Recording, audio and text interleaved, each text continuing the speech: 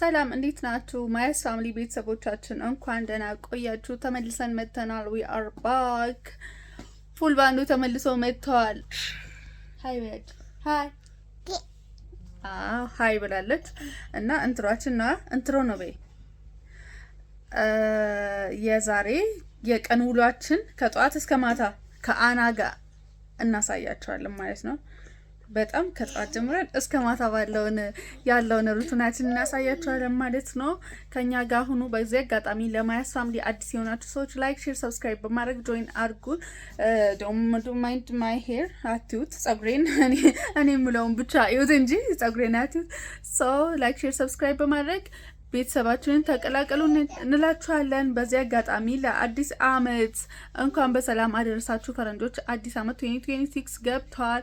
ሶ ሜሪ ክሪስማስ ለምታከብሩ ሁሉ መልካም በዓል ይሁንላችሁ። ከኛ ጋር ሁኑ። ባይ። ቁርሳችን ደረሰልን ማለት ነው። እዚህ ጋር እኔ ተሰነስቼ ቁርስ አልሰራውም፣ የተሰራው ነው ዛሬ የምበላው። ሶ ቁርሳችን ደረሰ። ጊፍቲ አና አትበላም ግን ለዝቃምስልኝ ፈልጋ ነበር። ያ አፍተርና ቢፎር ላሳያችሁ ብዬ ነው ትንሽ የቀረስኩት። ያ እንደዚህ ቢፎር ሰርተንበታል ማለት ነው። አፍተርና ቢፎር ይሄንን ይመስላል። ከዛ ትንሽ ረፍት አረግና ጁሳችን ጠጣን። ዊካንት አልቻልንም። ያለ ጁስ በጣም ነው የሚከብደው የእውነት። ወይኔ ጁስ ባይኖር ግን አራስ ቤት በጣም ነው የሚከብደው። ሶ እንደዚህ ጁስ ተሰራልን ማለት ነው። አያችሁታላ? አይታችኋላ? አያችሁት አይባለው፣ አይታችኋል ነው የሚባለው። አማርኛ ያጥረኛል አለች አክብረት ራሱ። እኔም አማርኛ ያጥረኛል ለዛ ነው። እሺ። እና ጁሳችንን መጣ ቼክ ስናርግ ወደ መኝታ ስንገባ ጊፍቲ ተኝታለች። ፀሐይ እንድትሞቅ ነበር የተፈለገው። በቃ ፀሐይም ብዙ አልነበረችም። ዘን በቃ ከአና ጋር ላልኳችን ቀኔ ጀመር ማለት ነው። እዚህ ጋር በይዘው በቃ ሺ ላቭድ በጣም ሙዚቃ ተወዷለች። በጣም ነው ሙዚቃ የምትወደው እና በቃ ሙዚቃ ከወደድሽማ ብዬ ጊታሬን እሺ ወጥቼ እንደዚህ መጫወት ጀመርን ማለት ነው። ሺ ላቭድ ሙዚቃ በጣም በጣም ነው የምትወደው። እዚህ ጋር እኔም ሪትም ጠፋብኝ፣ እሷም እስክስታዋ ጠፋባት። ብቻ ደስ ይላል ሙዚቃ። እኔም በጣም ነው የምወደው፣ መጫወት ደስ ይለኛል። አይ ቲንክ ጊታር ከተማርኩኝ ከ5 ዓመት በፊት ነው ሙዚቃ የተማርኩኝ እና ከዛን ጊዜ ጀምሬ አልፎ ሙዚቃ እጫወታለሁ። እንደዚህ ምናምን ቤት ሲሆን እረፍት ሳገኝ ምናምን እጫወት ነበር እና እንደው የሆነ ገጠመኝ ልንገራችሁ። ተክራይ ሆኜ የሆነ ግቢ እንኖር ነበር ማለት ነው። በቃ ጊታር በጣም አማረኝ ራሱ አይገልጸውም። ላይክ በቃ መጫወት ፈለኩኝ ምናምን ጊታር ማታ ቤት ገብቼ ምናምን ላይክ አይመችም ለመጫወት ቤት ውስጥ ሆኖ ምናምን አልጋ ላይ ቁጭ ብዬ ነበር የምጫወተው። ግን ሆኖም ጎረቤቶቼ ምናምን እረብሻለሁ ማለት ነው። ከዛ አከራይ መታ አንኳኩታብኝ፣ አንዱን መምረጥ አለብሽ ሙዚቃውን የምትወጂ ከሆነ በቃ ሰፋ ያለ ቤት ተከራይ ወይ ደግሞ አቂምሽ እስክፈቅድ ድረስ እዚህ ሆነሽ ምናምን ብለ በቃ አረሳውን ስንፋርት ማለት ነው። ትጮብናለች ምናምን ብሎ ሪፖርት አድርጎ ማለት ነው ጎረቤቶቼ። ዘን በቃ አረሳውን ስንፋርት ላይ ዘን አይ ላቭ ጊታር በጣም ነው የምወደው። ዘን በቃ በጣም ነው የምንጫወተው ማታ ቀን ማለት ነው። አሁን እግዚአብሔር ይመስገን በፊት በሌለችኝ ሰዓት እንኳን ለመጫወት እፈልግ ነበር። ግን በቃ አሁን አይካን በደንብ እንትን ብያለሁ ማለት ነው። ለመጫወት እችላለሁ፣ ማንም የሚከለክለኝ የለ እና ያም እንደዚህ ደስ እያለኝ ነው የምጫወትላት። ያ አማርኛ ቅድም ነግሬያቸዋለሁ አይደል?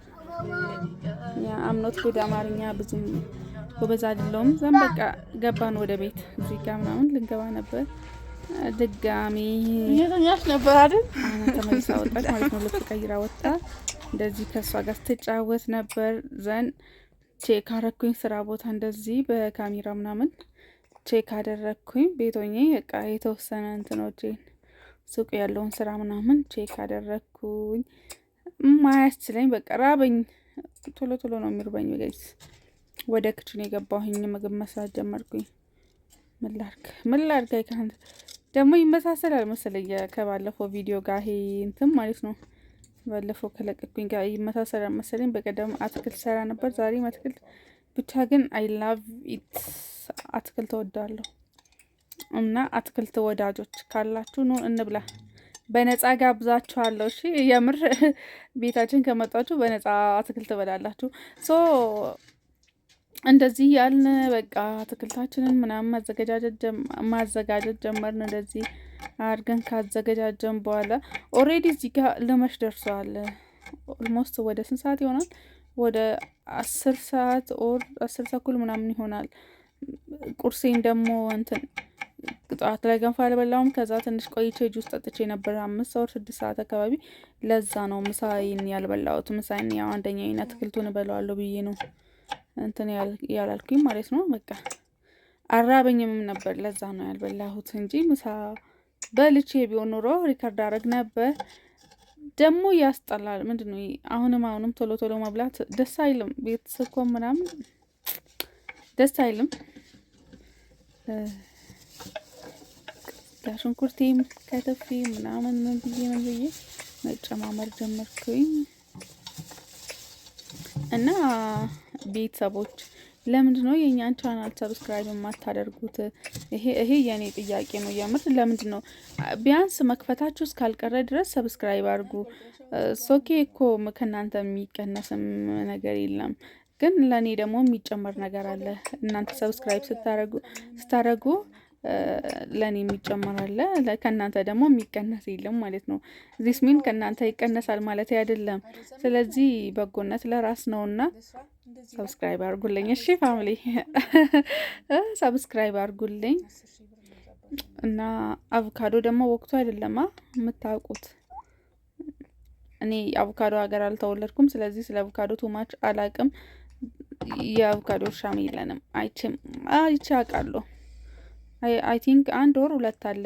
2 እንትን እኔ ያደኩበት ግቢ ውስጥ ሰው እሱ ደግሞ አገሩ ስላልሆነ ብዙም ወቅት የለውም መሰለኝ። የሆነ ጊዜ ላይ እንደዚህ ትንንሽ ሆኖ ነው የሚደርሰው።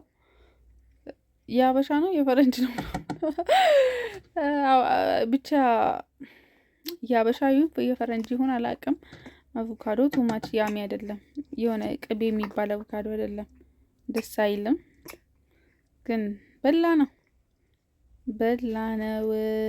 እላችኋለሁ። ሶ ጋይስ ብዙ ጊዜ ላይቭ ስትሪም ገባለሁ። ላይቭ ስገባ ማለት ነው ጆይን አድርጋችሁ ለምንድን ነው ቶሎ የምትወጡት? እኔ ቪዲዮ ስፖስት ለምንድን ነው ቶሎ ላይክ ቫይራል እንዲወጣልኝ ለምንድን ነው ሰፖርት የማታደርጉኝ? ዋይ ሪዝናችሁን ንገሩኝ እስኪ። ሰፖርት የማታደርጉ ለምንድን ነው ሰፖርት የማታደርጉኝ? እኔ ሰፖርት እንድታደርጉኝ እፈልጋለሁ። በቃ በምትሉት መጠን ማለት ነው።